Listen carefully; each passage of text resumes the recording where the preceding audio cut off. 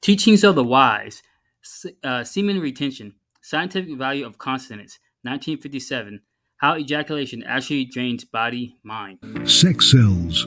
People are worshiping the wrong God and destroying the life that our Father in heaven gave to us. But do they even know what is happening within their bodies? Do they know that each ejaculation brings us closer to becoming lesser beings than animals? Do you know what comes with each ejaculation? Diseases, mental problems, life problems, confusion, lethargy, shorter life, sadness, depression, and more. So within this timeless wisdom, join us as we explore the horrifying and scientifically proven effects of excess ejaculation on the human body and the value of semen retention. Guided by the research and life's work of experts within the field of science.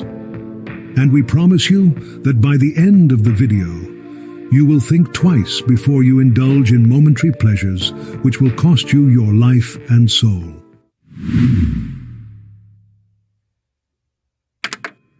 The author Dr. Raymond Bernard, in his works, Do Neuroses and Psychoses Have a Chemical Origin, 1936, states that the draining from the body of lecithin and phosphorus through the sexual act will hinder the highest intellectual achievement and debilitate the body and brain. The loss of these nerve and brain foods through sexual indulgence in any form deprives the nerves and brain of needed nourishment and leads to nervous and mental disorders. Our insane asylums are now overfilled with the victims of thoughtless sexual indulgence, which has withdrawn valuable nutrients from the brain and disordered its functioning. Dr. Raymond Bernard explains that each seminal emission results in a loss of vital nutrients and a significant portion of blood corpuscles, as the body replenishes the ejaculated semen from the bloodstream. By expelling semen that should remain in the body for reabsorption to support the creation of essential bodily components, such as joint lubrication, muscle development, brain matter, and other vital functions, you are essentially squandering your life. You eject the substance of the synovial fluid, the fluid in your joints. You send forth to gratify a moment's passion the very material of which the brain is made, stating that reproduction is the beginning of death.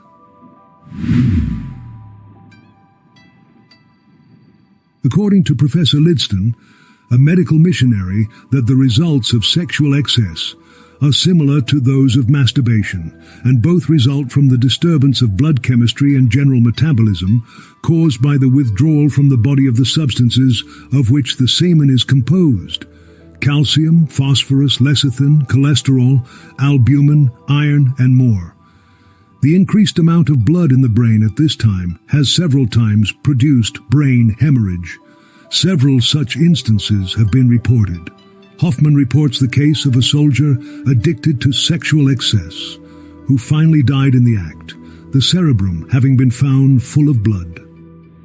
Samuel Auguste Tissot, a neurologist and a physician, 1728-1797, says that this increase of blood in the brain explains why these excesses produce mania. As this quantity of blood oppresses the nerves, it weakens. They are more susceptible of impressions, and hence their debility. The debility caused by these excesses deranges the functions of all organs.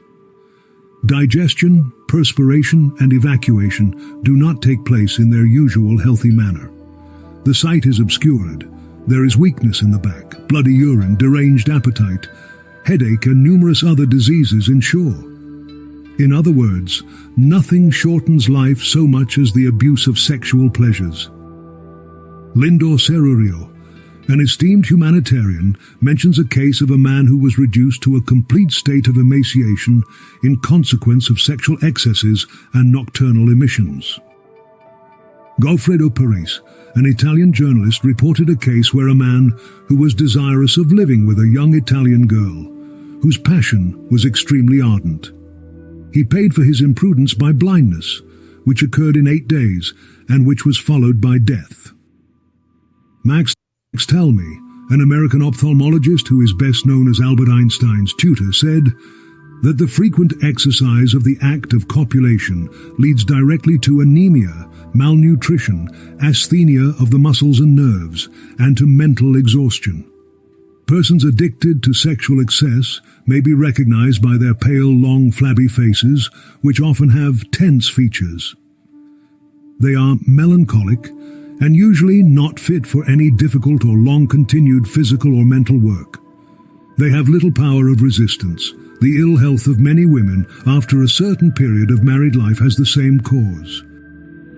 Max von Gruber, an Austrian scientist and eugenicist, states that reduction of the peculiar internal secretion of the testes, which is otherwise resorbed into the bloodstream.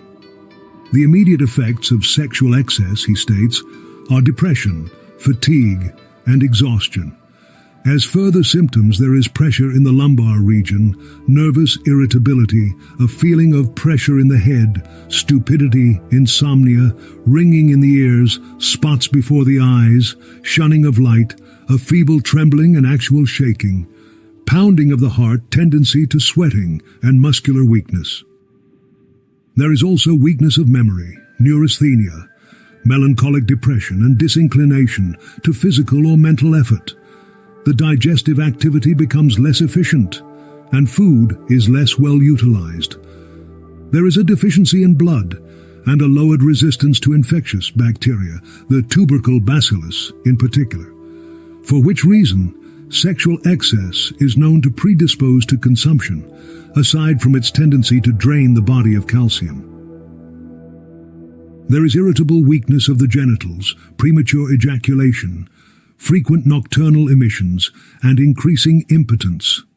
The more frequent nocturnal emissions that result increase the nervous irritability and exhaustion, i.e. neurasthenia. All these effects are more marked in the young and the aged. In the former, sexual excess, by its detrimental influence on metabolism and the process of growth, stunts physical and mental development, while in the aged it hastens death, often by causing heart failure. Necessary for the nutrition of the brain, as indicated by the studies of the eminent American neurologist and psychiatrist Edward Charles Spitzka. He also stated that a connection between the development of the mind and the male genitals exists is indisputable. Even if we assume that the defective development of the genital system found in brain monstrosities, idiots, imbeciles, original monomaniacs, and the periodically insane, is an accidental accompaniment of the neural maldevelopment. We must admit the convincing proof that the early extirpation of the testicles, as in eunuchs and castrated animals, exerts an influence on the mental complexion and development.